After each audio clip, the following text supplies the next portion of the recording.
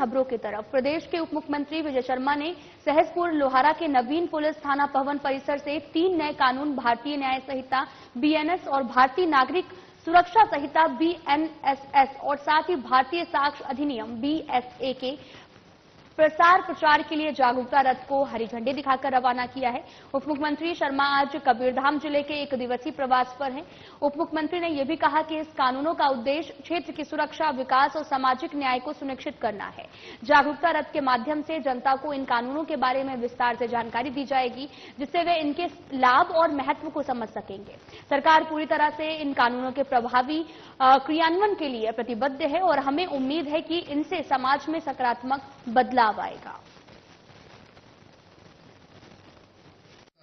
एक आधार और दूसरा आधार यह भी था कि परिवर्तन बहुत कुछ हो चुका है, परिवर्तन बहुत कुछ हो चुका है और उन परिवर्तनों के आधार पर भी अब इन धाराओं में संशोधन की आवश्यकता है। तो बहुत बड़ा संशोधन करके तीनों प्रावधानों को पुनः हमारी संसद में, भारत की संसद में पारित करके देश पर लागू किया गया, जो आज रात 12 बजे यानी कि अभी जो 12 बजे रात निकला है उसमें ये लागू हुआ है। और हमारे एसपी साहब बता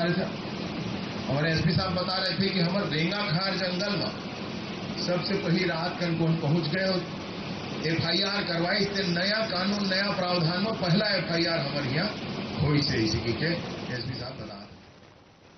सेल भिलाई इस्पात संयंत्र में 30 जून को संयंत्र के कई विभागों में अलग अलग पदों में कुल 345 अधिकारी पदोन्नत किए गए हैं। आपको बताते चले कि E6 से E7 पद पर पदोन्नत अधिकारियों को इस्पात भवन के सभागार में संयंत्र के निदेशक प्रभारी अनिर्बन दास गुप्ता ने भी 30 जून को पदोन्नति के आदेश जो है वो वितरित किए हैं। दास गुप्ता ने आदेश वितरित करते हुए सभी कार्यपालकों को बधाई दी है और अपने संबोधन में कहा कि आप सभी एक महत्वपूर्ण पद पर पहुंच गए हैं और ऐसे में आप सभी की जिम्मेदारियां और भी ज्यादा बढ़ गई हैं। उन्होंने ये भी कहा कि सभी पदोन्नति के लिए भी हमने सही स्थान के लिए सही व्यक्ति को चयनित करके पदोन्नति दी है और उन्होंने संगठन के लक्ष्यों को ध्यान में रखते हुए बड़े और महत्वाकांक्षी लक्ष्य निर्धारित कर कार्य करने के लिए प्रेरित किया है। उन्होंने ये भी कहा कि उत्पादन जरूरी है, सुरक्षा उससे ज्यादा जरूरी है।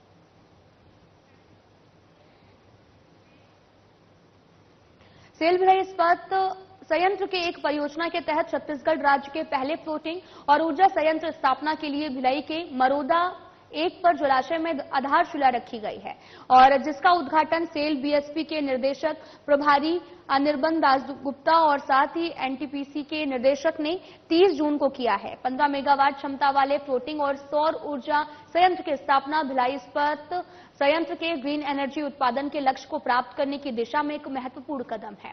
भारत सरकार की नीति के अंतर्गत इस ऊर्जा संयंत्र की स्थापना को सस्टेनेबल एनर्जी संसाधनों के समाधानों के लिए भी एक महत्वपूर्ण उपलब्धि के रूप में भी देखा जा रहा है। 1 जुलाई से लागू होने वाले नए कानूनों के लिए पूरे शहर में उत्सव के रूप में भी मनाया जा रहा है। आपको बताते चले कि इस ऐतिहासिक दिन को यादगार बनाने के लिए दुर्ग जिला के सभी थानों को सजाया गया है। पुलिस कंट्रोल रूम दुर्ग में कार्यक्रम भी आयोजित किया जा रहा है।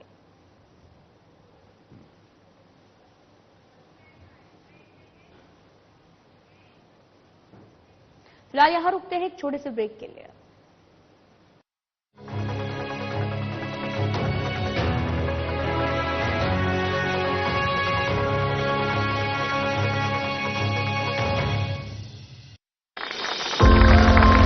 महतारी का वंदन हो रहा लगातार, माता बहनों को समर्पित बार बार, वादा निभा रही विष्णु सरकार, 5वीं किश्त का मिल रहा उपहार, 1000 हर माह सीधे खाते में, 1 जुलाई को 5वीं बार भेजेगी विष्णु सरकार। मुख्यमंत्री ला मैं बहुत बहुत धन्यवाद देता था जिन महिला मन के पूरा ख्याल रखी से। महिला बहनी मनवा मोदी सरकार विष्णु साय जी है बहुत बहुत बढ़िया करे है, बहुत बहुत धन्यवाद। मोर मुख्यमंत्री विष्णुदेव साय ला बहुत बहुत धन्यवाद देवत हूँ। महतारी वंदन योजना का मिलता रहेगा लाभ, माह बदलेगा पूरा होता रहेगा हिसाब।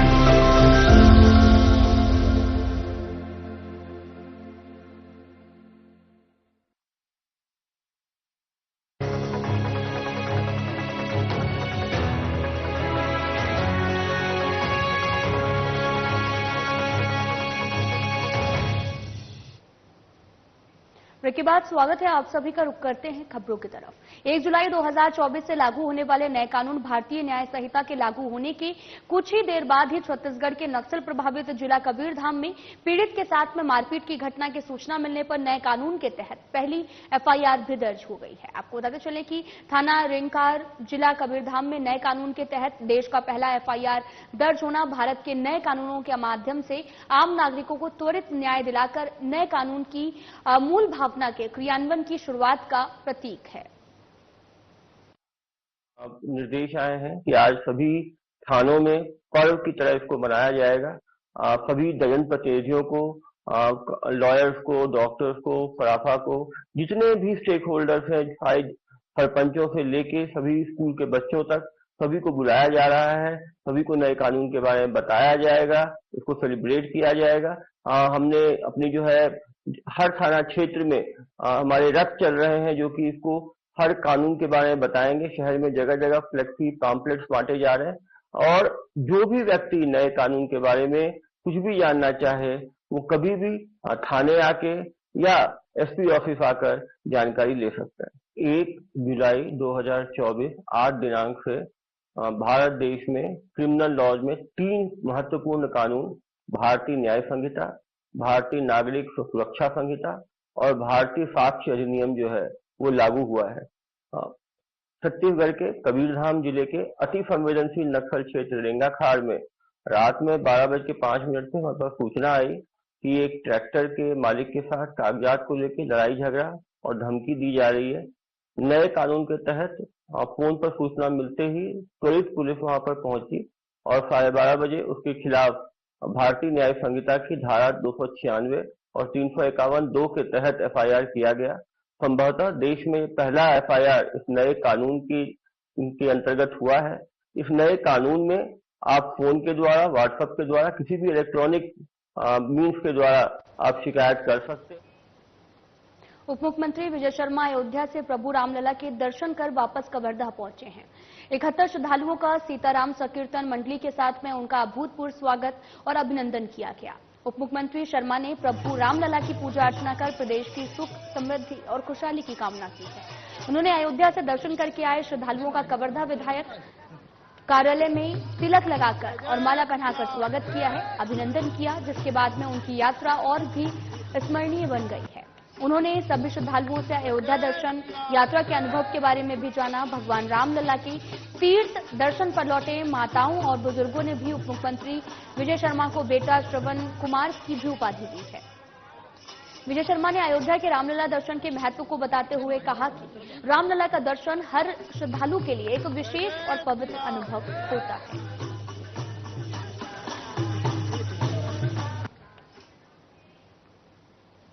कबीरधाम पुलिस देश में लागू होने वाले 3 नए कानूनों का व्यापक प्रचार प्रसार कर रही है। लगातार स्कूली बच्चों को नए कानूनों की जानकारी उपलब्ध भी कराई जा रही है और इसी कड़ी में केंद्रीय विद्यालय महाराजपुर में स्कूली बच्चों को एक नए कानून भारतीय संहिता 2023, भारतीय नागरिक सुरक्षा संहिता 2023 और भारतीय साक्ष्य अधिनियम 2023 के विषय पर विस्तृत जानकारी दी गई है। नए कानून के महत्वपूर्ण संशोधनों और महिलाओं और बच्चों के लिए भी किए गए नए प्रावधानों और नए प्राप्त करने के संसाधनों और साथ ही साधनों और उपायों के संबंध में विस्तृत चर्चा कर नशा मुक्ति, साइबर सुरक्षा, यातायात नियमों के प्रति जागरूक करने का भी प्रयास किया गया है।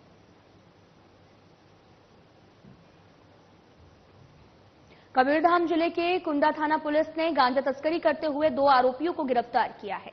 मुखबिर की सूचना मिलने पर थाना कुंडा और साइबर सेल कबीरधाम की संयुक्त टीम ने त्वरित कार्रवाई करते हुए गांजा तस्करों को गिरफ्तार करने में भी सफलता हासिल की है। आपको बताते चले कि आरोपियों के कब्जे से 3.460 किलोग्राम गांजा भी बरामद किया गया है। भारतीय दंड संहिता में हुए परिवर्तन और नए कानून को लेकर चंदेरी पुलिस ने थाना परिसर में जनसंवाद कार्यक्रम आयोजित किया है, जिसमें मुख्य रूप से एडीजीपी जेपी शहबुद्दीन हाशमी सहित अन्य मजिस्ट्रेट, एसडीओ और शैलेंद्र शर्मा और थाना प्रभारी मनीष जादौन ने उपस्थिति में जो है वो नगर के जनप्रतिनिधिगण, गणमान्य नागरिक सहित मीडिया कर्मियों से भी नए आपराधिक कानून के बारे में चर्चा की गई। विशेष रूप से चर्चा करते हुए बताया गया कि 1 जुलाई 2024 से भारत में नए आपराधिक कानून लागू हो रहे हैं। इसमें भारतीय नारी, मासूम बच्चों, बुजुर्गों को विशेष शक्तियां भी प्रदान की गई हैं। इस दौरान कार्यक्रम में बड़ी संख्या में नगरवासी भी उपस्थित रहे। 1 जुलाई 2024 से लागू हुए हैं। इस संबंध में आज थाना में जनसंवाद कार्यक्रम रखा गया था, जिसमें गणमान्य नागरिक, पत्रकार बंधु सभी को बुलाया गया था, जिसमें एडीजे साहब और जेएमएफसी मैम भी उपस्थित हुई थी, जिनके द्वारा इन कानूनों में किस ढंग से कौन कौन से नवीन संशोधन हुए हैं, विभिन्न प्रकार की धाराएं, सब चीजों से अवगत कराया गया है। इसी को आम जनमानस को विभिन्न व्हाट्सएप ग्रुप और अन्य के माध्यम से हम प्रचार प्रसार करने की कोशिश कर रहे हैं, जिससे कि नागरिकों के कर्तव्य और पुलिस के कर्तव्य क्या है, क्या नागरिकों के कर्तव्य, क्या पुलिस के कर्तव्य, इनसे उनको अवगत कराया जाए। क्योंकि विदेश साक्षरता समिति लगती थी गाँव गाँव में, इस तरह का कोई आयोजन होगा ग्रामीण क्षेत्रों में, गाँव के लोगों को जो कम पढ़े लिखे हो या पुलिस पूरा प्रयास कर रही है। जगह जगह विभिन्न ग्रामीणों के साथ जनसंवाद कार्यक्रम किए जा रहे हैं, उसके माध्यम से इसका प्रचार प्रसार किया जा रहा है। जो 18 साल से कम उम्र के बच्चों के लिए जो वाहन के लिए निकाला गया, उसमें क्या आप कोई कैंप लगाएंगे, पहले सूचित करेंगे या फिर उन पर डायरेक्ट कार्रवाई? नहीं, जनसंवाद जो हम कार्यक्रम कर रहे हैं और विभिन्न प्रकार का जो मटेरियल है, डॉक्यूमेंट है, वो उनको प्रोवाइड करा रहे हैं, उनके माध्यम से इसका प्रचार प्रसार किया जा रहा है। देश में लागू होने वाले नए कानून के बेहतर संचालन के लिए नेमावर पुलिस ने नेमावर बस स्टैंड पर ग्रामीणों में जनों से सीधा जनसंवाद किया है।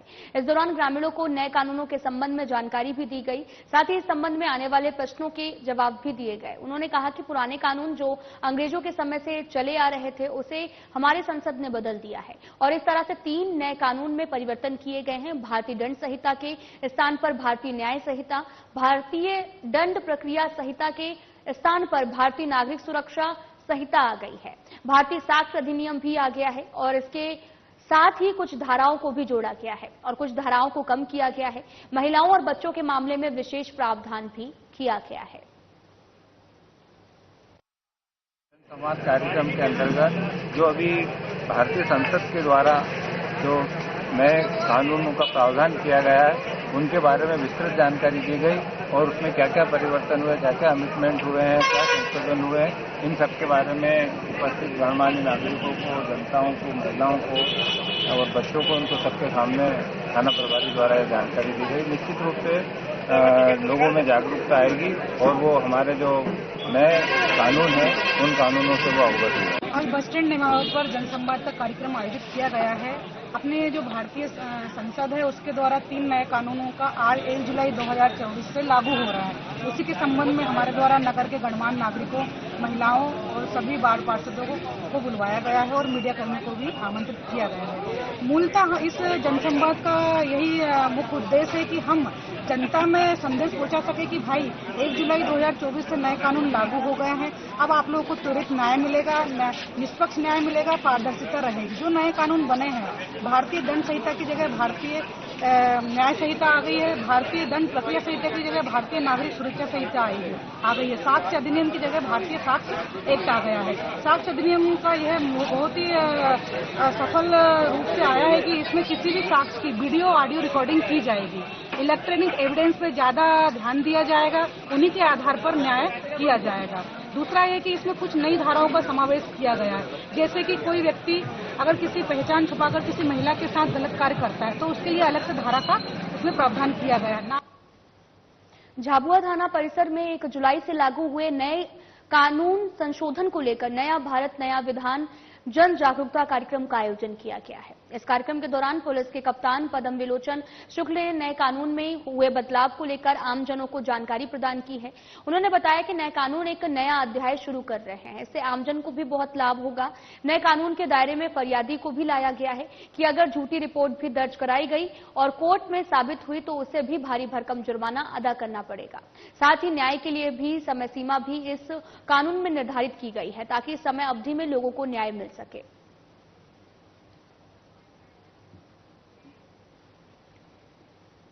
नए भारत का नया कानून के तहत दुर्ग पुलिस ने कंट्रोल रूम में कार्यक्रम का आयोजन किया है।